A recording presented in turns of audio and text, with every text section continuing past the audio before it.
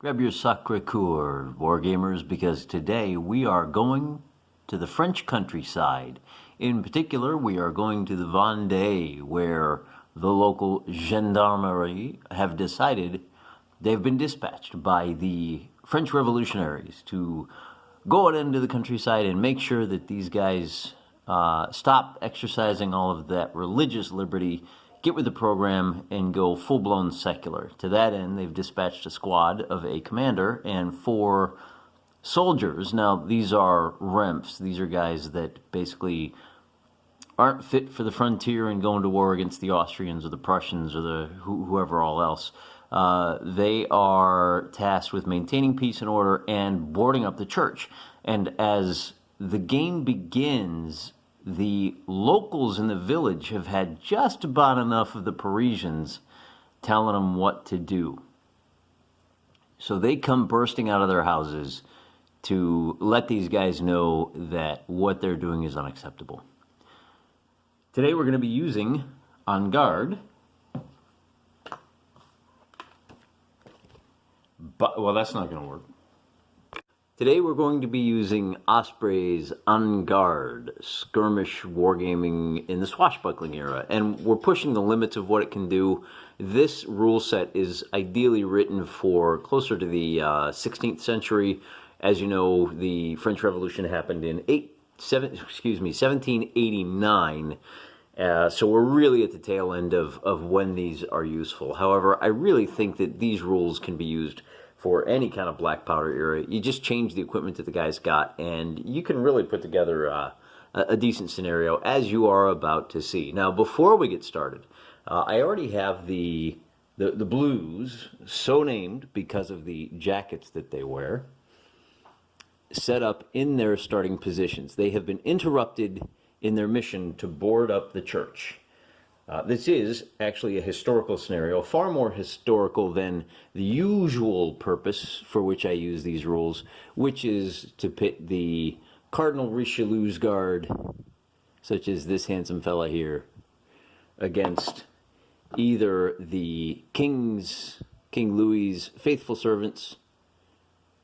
No, yeah, there you go. Or even, now it's a little bit out of keeping with the fiction. However, to make it easier on the eyes using these 15mm figures, I went ahead and painted the 3 musketeers in nice green tunics, so it's easy to tell who's the king's men, who's the cardinal's men, and who's just out for an adventure. Great Alexandre Dumas style war game. A little more cinematical, but in feel and in flavor, but that's fine. We're going to use it for a straight-up historical scenario where the peasants are revolting. I am not going to go through a full-blown tutorial on how this game operates. I'm just going to go ahead and dive in, and as we play, you'll see how it operates. You're a smart guy. You're a wargamer. You can figure it out. Before we get started, though, we need to figure out where all of these peasants start the game. And what I've got on the battlefield is 1, 2, 3, 4, 5, 6, 7 buildings. And these 1, 2, 3, 4, 5, 6, 7 Vendéans are going to start 1 in each building. Essentially, the church bells start to ring when the hammer blow starts to fall, and everybody comes out to chase off these guys. Now, the one thing I will say is, they're outnumbered 2 to 1, but these are far more professional soldiers. They all have muskets with bayonets, and these guys have a ragtag collection. A couple of them have muskets, and this individual here is a sharpshooter, so he's probably the best fighter that they got, and he's classed as the leader, which may come into play during the morale section. So I think you can see, even though my there we go, so you can see his little musket, and he's got his little Sacred Heart patch on his cap. So he essentially amounts to their leader.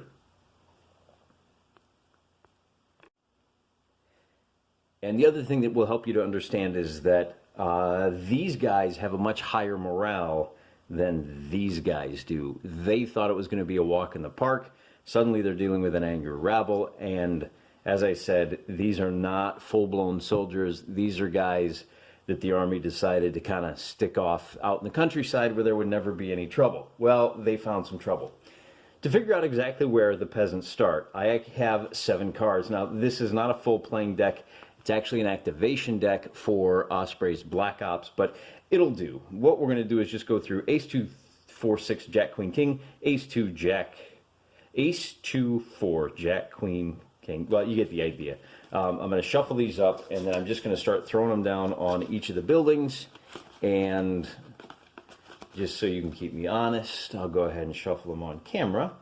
So I don't know who's going to start where, but the lower the card, we're just going to go left to right. Easy peasy, lemon squeezy. So 2, 4, King, Ace, Jack, 6, and Queen. So here's our 2. He's got an axe. Oh no, I'm sorry. He actually has an old antique pike or a poleaxe.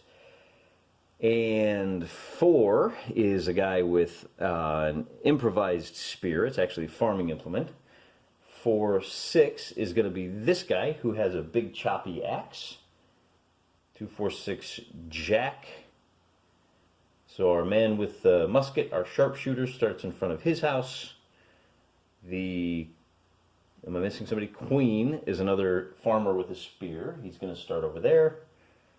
And then our other fellow with a musket, he actually has a choice between which door he wants to come out.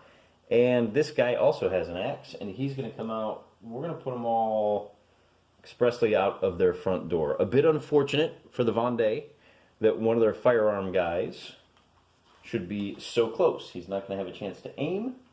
And as this is a Black Powder era game, once you've fired your firearms, it takes a full move to reload before you can shoot again, which is one of the inherent benefits of having a bayonet, that after you've fired, you haven't essentially disarmed yourself.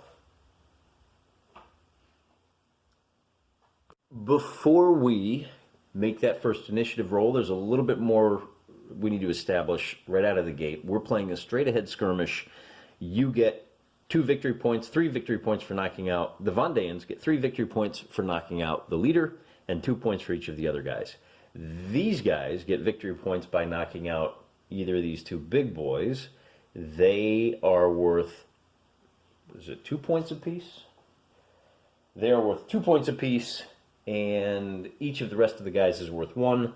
So there's a total of 9 points on their side. Now, each of these teams also has a secondary objective, and we're going to roll first for the Vendéans.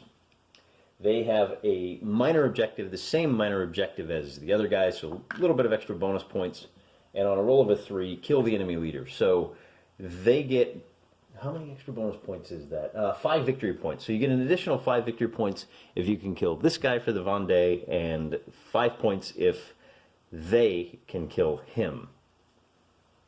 We also need to understand what time of day it is, which has a handy-dandy chart in the, maybe if I talk slower I'll find it faster, in the rule book. Here we go, a couple of other things. We have weather, and on a roll of a 3, the weather is, wait, that's not right.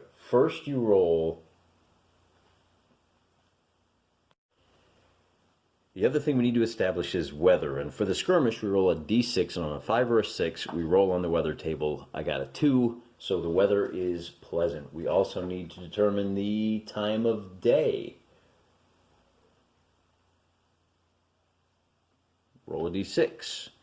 It says on a 6, roll again on the time of day. What? That's nuts. No, we have to have, oh, I see. It's the middle of the day. If we'd rolled a 6, we could roll on the time of day, which is, let's see, either night, dusk, or dawn, which affects movement and all that stuff.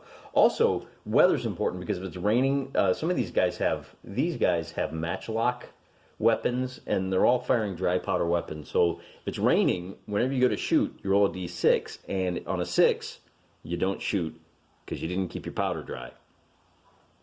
But we have pleasant weather, middle of the day. They must have been home from the fields having lunch. Maybe it's a Saturday afternoon or a Sunday after church when the Revolutionary Guard showed up. Either way, we are now prepared. We're going to go with red for the Revolutionary Guard and white for our Vendéans to see who has priority.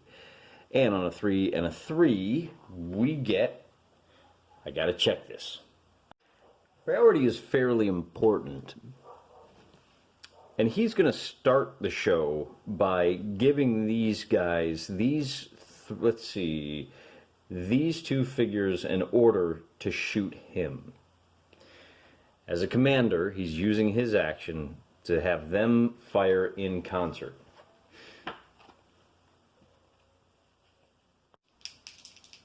Shooting is simple. You simply roll 2d6 for each firing model. We get a 9, add any relevant modifiers. We don't have any because both of the firers are within 12 inches of the target. Neither of them moved, neither of them aimed, so you take that, you subtract 6 from that, and that becomes your hit score. So he got a hit score of 3. Both of those models have a shoot ability of 0. Now that 3 is your basic wound score. And it means he has suffered a light wound. We're going to mark that out with, let's go with a green base for him. So he now has 1 light wound. He has -1 to his initiative and -1 to his fight and -1 to his shoot. But he's got another guy shooting at him. And this guy rolls a 6. -6 is 0, so that other shot is a big old miss. Those guys, now that they have fired, I'm going to put a blue token underneath him and him to signify that they need to reload before they can fire again. And now it is Vendéan's turn. Now, as I said, this is a fairly cinematic game. He is not going to move. He's just going to take a shot at this guy. In a lot of games, he would have to be required to shoot at the person nearest him, but because this is the leader and he's worth a whopping 5 victory points, he's justified in just kicking open the door, saying, hell's coming to Frogtown. Of course, he rolls a 2, which for his shooting of 1 gives him a total score of 3. He totally misses. And that's it for him. I know what you're thinking. Why didn't you charge into hand-to-hand combat? Well, you know, the gun is probably the best way to do this. These 3 guys have moved, so now it's up to him. He's going to go ahead and move into hand-to-hand combat. And now the Vendéans are going to start taking care of their movement. Base movement is 6 inches. And aside from him, oh no, you know what? He's going to go ahead and take his shot. He's going to shoot back. And I'll go ahead and mark just so I don't forget. So he's got a light wound and he has a reload marker. As with these guys, we already know he's within 12 inches, so we just roll a d6. Nothing too fancy. A 4 plus 1 is a 5. Oh, you know what? He should have aimed. If you take a full turn without moving, you get a +1 to your shot. But I didn't, and he didn't, and he didn't hit. So now it's back to these guys. He's going to make his last move, and I think he's going to go ahead and charge this way. He's going to move 6, and he's going to make a run move, so that puts him right here. Then it's time for the Vendée, and he didn't see that there's a farmer over here who can move into melee like so. And that is it for... Okay, you can run 9 inches if you don't move into contact with anyone. So we're just going to bring the rest of the Vendéans up and around. Actually, I think we're going to bring him... You can make 1 turn up to 180 degrees. So we're going to bring him around here so that we can bring these 2 fellas together. And then we've got 2 more off in the distance over here. And they're going to try to stay out of line of sight. They can move up to 9 inches. So he's going to come up to the corner there. And he's going to come up to the corner here. And then he already fired, so that's it for the movement. Now I know what you're thinking, why haven't we done any combat yet? And the answer is because first you handle all of the moving, all the move and shoot actions, special actions, commands, aims, loads, all of that stuff happens first. Once you're done with everything, the last thing you do in a turn is hand-to-hand combat. Because the blues have priority, he gets to decide which combat is dealt with first. And he's going to elect to do this combat first. Here's where the fun begins, because you have two rank 2 fighters going at it hammer and tongs. They both have an initiative score of +1. He gets an extra +1 because of his bayonet. So it's just a simple D6 roll off. White is always Vendée, orange is always the blues. And we get a 1 versus a 6. So the blue gets the initiative, which means he is on the attack. Or he doesn't have to. He can always tell the other guy to attack first. So the way combat works, I have a bag here with red and green gems in it.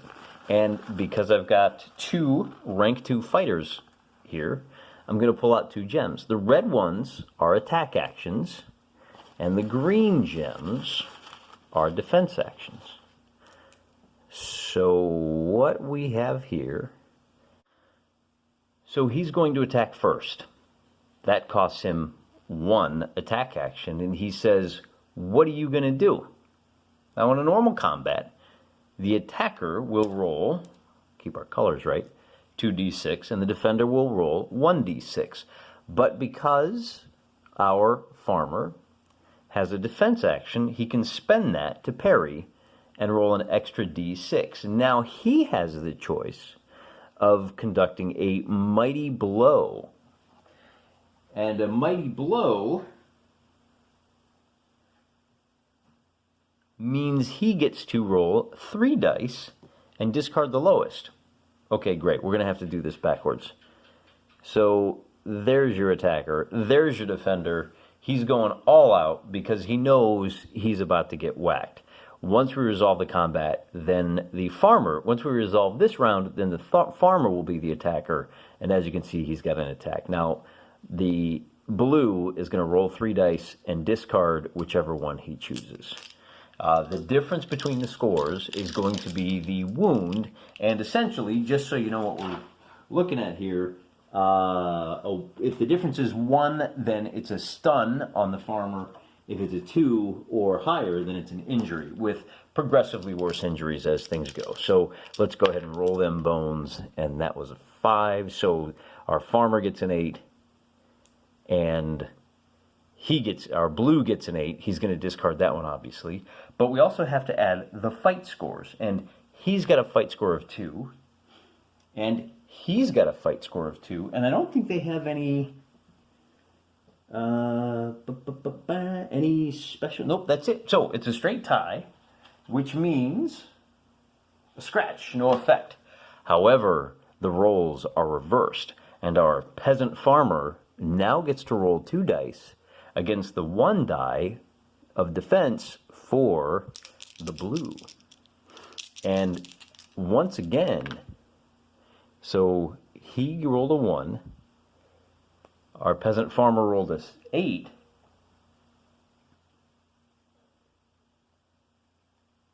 adding the 2 plus the 2, we get a 10 versus a 3. The difference is a 7 rather. And then if there's armor, there's other effects you can do, but none of those apply. So that 7 means it's a critical wound, and he is eliminated for 1 victory point for the farmers. And that's how we do combat. So we have another combat over here that follows the exact same procedure. Not quite the exact same procedure. We're going to have to roll for initiative first, but because this feller with the giant axe is attacking, he's got an initiative of 1, versus his initiative of 2. So that is a 6 versus a 6. It's a tie. I wonder if it specifies. What do you do in the case of a tie? I think you re-roll.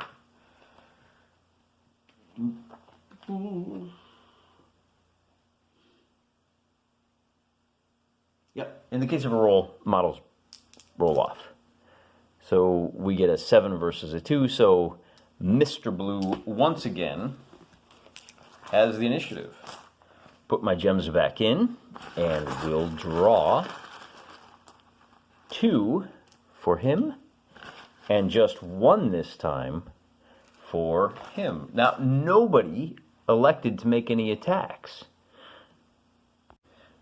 in which case you basically have 2 gents that are sparring with each other, and neither one of them wants to commit to actually fighting. So we're going to put those gems back in the action case, and that becomes the end of the round. We check for morale. In both cases, it's 25%. If you lose 25% losses, you got to check morale. So it's not until you take that second loss for either of these guys. It means we're ready to move on to the next round. And whoops, I'm sorry about that, everybody. I have finished playing out the battle. Unfortunately, I'm dealing with some rather antiquated computer equipment. It's probably dates from the long bygone days of 2018. It just doesn't have the oomph to get me through an hour-long video, so I'm going to have to start breaking these up into 2 different videos. We're going to call it quits here. I'm going to post the next video tomorrow, so there won't be a long wait. I'm limited to about 40 minutes. By way of apology, and as a segue out of this segment, I wanted to mention that the original On Guard that I was thinking of, and I've said a couple of times, was by Avalon Hill, was actually done by the great Frank Chadwick over at the Game Designers Workshop. And it was a little, quarter-size book that was very mumuch in the mold of the original Chainmail. Kind of a hybrid war game and role-playing game set in the swashbuckling days, specifically in Paris. And some people consider it to be the original swashbuckling role-playing game. There have been a lot since then. It was last republished in 2005, so you may even be able to get a copy of it. The original one I saw was going for about $60 for a 24-page rule book. It's a collector's item, so good luck getting your hands on that. This one is enough for me, although I don't think this is very good as a solo game. As you'll see a little bit more in the next video, you really need to think about what ploys you're going to be doing, and you really need to try and guess, what your opponent is going to do. Otherwise, it feels a lot like playing rock, paper, scissors with yourself, or just rolling random rock, papers, and scissors, and it's just, I don't know, it lacks something in this format. So I don't think we're going to do a whole lot of games of On Guard solo anyway. And, well, I don't want to ruin it. I don't want to put you off the next episode because the finish is interesting and it's definitely worth watching. Come on back tomorrow for the thrilling conclusion of On Guard. Until tomorrow, when I kneel down next to my bed and pray the Lord my soul to keep, I will also pray that he keeps your soul, because we're all in this together, guys. I'm praying for you.